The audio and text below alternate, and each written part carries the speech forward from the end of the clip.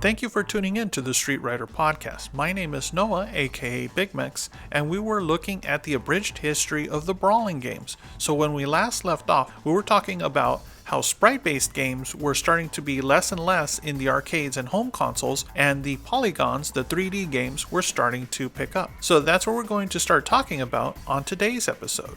As the 90s were wrapping up, the shift between 2D and 3D brawlers were still being felt out by developers. The smaller companies were holding on to established formats and technologies. In 1999, IGS released Knights of Valor on their PGM system.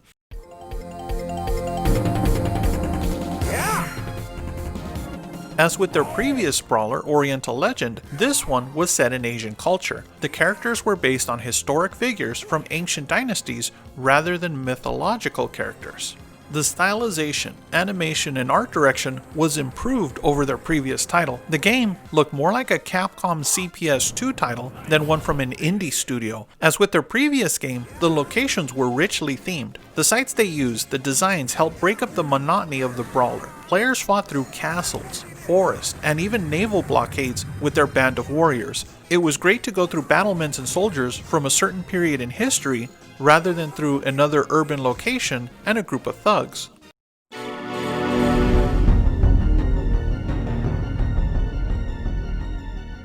The other title that came out that year also used exotic locations. Not that Gaia Crusaders by Noise Factory suffered from redundancy issues. The game was set in a post-apocalyptic world and had 5 playable characters going through the lands, fighting off mutants and criminals alike. So these, you would think, are things we've seen a million times before. There was still some originality in there though. The game started with 5 playable characters, but gamers could unlock an extra 2 to help in the battles. The character designs were fun, even if they were all over the place. Players could fight giant lizards, robots, martial artists, and even Egyptian pharaohs. The final levels, in fact, were set mostly in the desert and gave players a taste of an ancient Egyptian brawler that never was.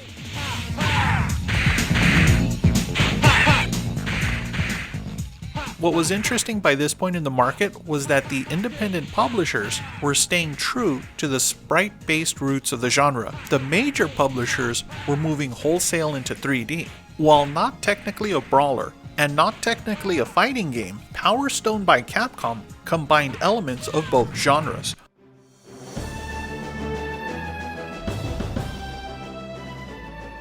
Players could choose from a handful of anime-style characters as they pursued a series of magical treasures around the world. Up to 4 players were supported on the interactive battlegrounds. Players could destroy the scenery, grab onto ledges, climb up platforms, as well as swing from poles and kick opponents away. Players could also use the environment to their advantage, throwing boxes or shooting at each other with found weapons. Each stage had several magical colored diamonds that would appear. If a player located 3 diamonds, then their character would transform into a more powerful alter ego, at which point the fighting would become even more frenetic than before. The title was an interesting exercise in game design. While the game was built in 3D, the camera was fixed far from the action so that players could see the entire stage all at once. The blind spot problems that Spike Out suffered and other control issues were addressed by moving to a neutral camera that provided all players with a clear view of the action.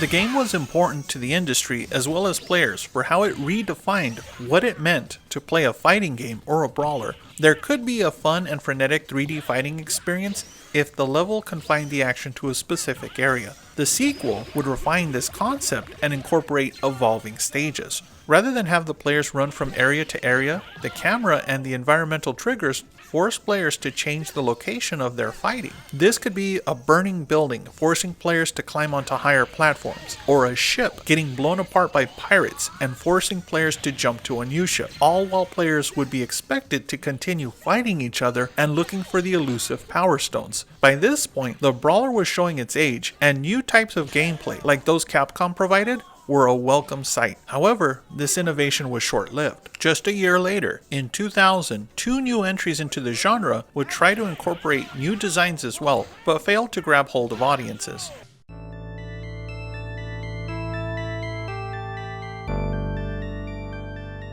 Age of Heroes was a sequel to a classic brawler named Silk Road. Developed and published by Unico, the game was not unlike Knights of Valor in terms of subject matter and setting. The game was similar to other hack-and-slash brawlers in that special attacks worked as magic in the game system, so that mechanic actually goes back to Golden Axe by Sega. Aside from that, the game did innovate several other things for the brawler. It was a sprite-based title. However, the sprites were built from CGI data. The characters and level were computer-generated images that were converted to two-dimensional sprite data. This gave the characters a different look, one which was still familiar to gamers, as the technique was used to create the Donkey Kong Country and Killer Instinct sprites.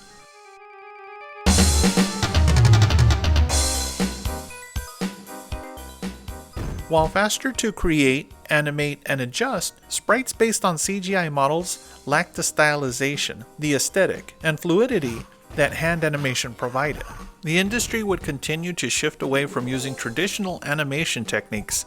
In fact, by this time, Capcom had closed down their 2D animation department. Regardless of how much nicer hand-drawn sprites appeared, the process was slow and expensive. Moving development teams exclusively to 3D was to help save on runaway development costs. Those that had been working with 3D since the earliest days had the advantage in designing new experiences. Sega had been working with polygon-based fighters since 1993. When Slash Out was released, it was a true 3D experience with fluid animations and great control, head and shoulders above rival studios.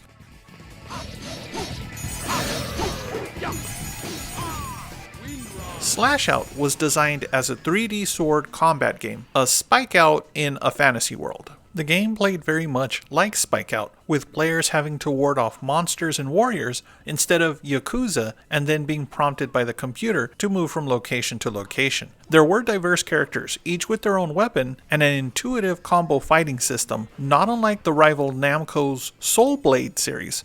The game was not bad, but it was not great. Despite the change of visuals and locations, it played very redundant. For example, it lacked the charm and originality of Golden Axe. There were no levels set on the backs of giant creatures, no gnomes to steal magic potions from, or even beasts to ride.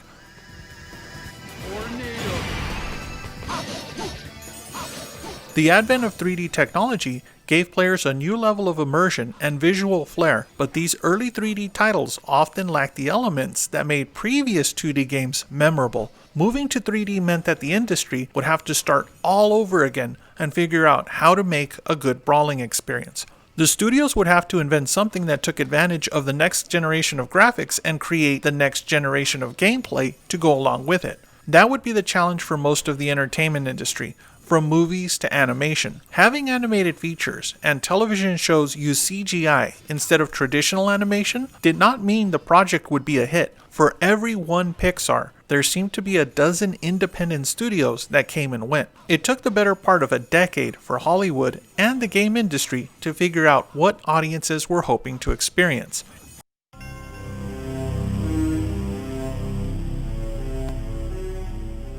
The Crystal of Kings was developed by Breezesoft in 2001. Like other independent publishers, they were filling a niche, providing traditional gaming experiences with updated graphics technologies. In this case, it was a Western fantasy brawler with CGI sprites, similar to the techniques used by Unico in Age of Heroes. The sprites built from CGI data seemed detached from the environments, as if they floated just above the ground. The same went for players and the monstrous opponents that they faced.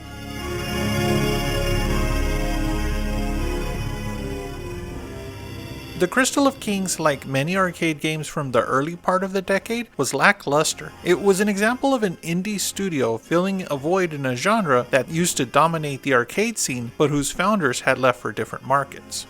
Squaresoft was one of those studios trying to reinterpret the brawler for home consoles. They had been slowly building up to the genre, first through the 3D fighting game Tobal No. 1. It was from 1996 on the original PlayStation, and then with Urgeist from 1998 in the arcade. Both of the games were well done. Tobal did well enough to warrant a sequel and was one of the better early 3D fighting experiences, especially on the consoles. The lessons learned from those two games inspired the release of the Bouncer. It was the first brawler developed for the PlayStation 2 in 2001.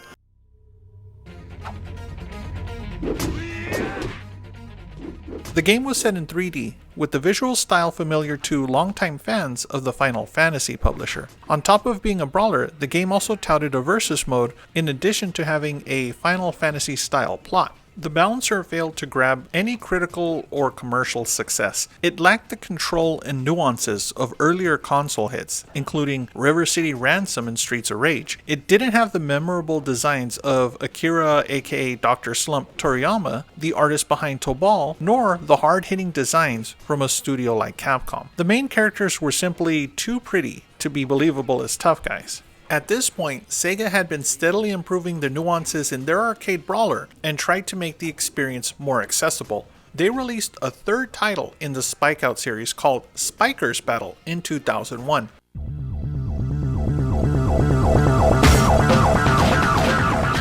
It was a modified 3D brawler that incorporated more fighting game mechanics and the concept of rounds instead of levels from Slash Out. It still supported multiple teammates going into battle and thus maintained its brawling roots. The engine had come a long way from that early build my brothers and I had tried in Irvine a few years prior. The graphics had improved, as did the control and animation. Unfortunately, I only saw one example of this game in arcades, largely ignored in a sea of ticket redemption games. Sega's best modern arcade brawler would be a footnote in history, ignored as it was a relic from a long forgotten era. All of the advances that Sega had made in taking the genre into 3D, all of the lessons they could have taught other developers were lost with this title. The console had become the new consciousness for the gamer. If studios wanted to keep the genre alive, they would have to cater to them as Squaresoft had done. The next great brawling title for arcades would not appear until 2 years after Spikers Battle. It would take 3 years for the next console experiment to arrive. We're going to take a look at these in the next episode. So thank you for joining me on this trip through arcade history. My name is Noah, aka Big Mex, and if you've enjoyed these podcasts, please consider sponsoring me on Patreon. You can find me there as The Street Writer, so I look forward to seeing you on the next episode.